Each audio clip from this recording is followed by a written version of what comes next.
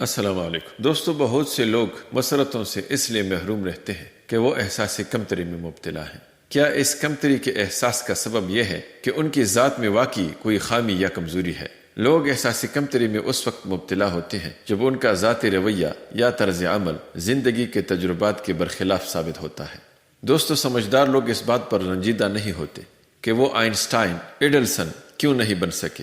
ہر باشعور آدمی یہ بات جانتا ہے کہ انگنت فنون ایسے ہیں جن میں انسان غیر معمولی مہارت حاصل کر سکتا ہے۔ وہ یہ حقیقت بھی جانتے ہیں کہ کسی فن میں مہارت حاصل کر کے مسرتوں کا ملنا ضروری نہیں ہے، البتہ اس مہارت کے ذریعے کوئی غیر معمولی کارنامہ انجام دینا ضرور مسرت کا باعث ہو سکتا ہے۔ دوستو، ڈاکٹر نیگی نے بہت سے پسماندہ بچوں کی تربیت کی روشنی میں اس کی وضاحت کی ہے۔ انہوں نے کئی ایسے بچوں کو دیکھا جو ہجے کرنے میں ناکام رہتے تھے۔ وجہ یہ تھی کہ ان کا اپنا یہ خیال تھا کہ وہ ہجا کرنے میں بے حد کمزور ہیں۔ ان کو اپنی ناکامی پر اتنا یقین تھا کہ وہ ہر کوشش میں ناکام ہوتے تھے، لیکن جب ان کا یہ طرز عمل دور ہو گیا تو کمزوری خود بخود دور ہو گئی۔ وہ آسانی سے ہر لفظ کے ہجے کرنے لگے۔ یہ تبدیلی ایسی آئی کہ انہوں نے ہجے کرنے میں دلچسپی لینا شروع کر دی۔ وہ بس میں سفر کرتے ہوئے جو بورڈ نظر آتے ان کے مختلف الفاظ کے ہجے کرتے۔ جلد ہی ان کو یقین آ گیا کہ وہ آسانی سے ہجے کر سکتے ہیں۔ بات صرف اتنی ہے دوستو کہ آپ یہ کہنے کے بجائے کہ نہیں کر سکتے،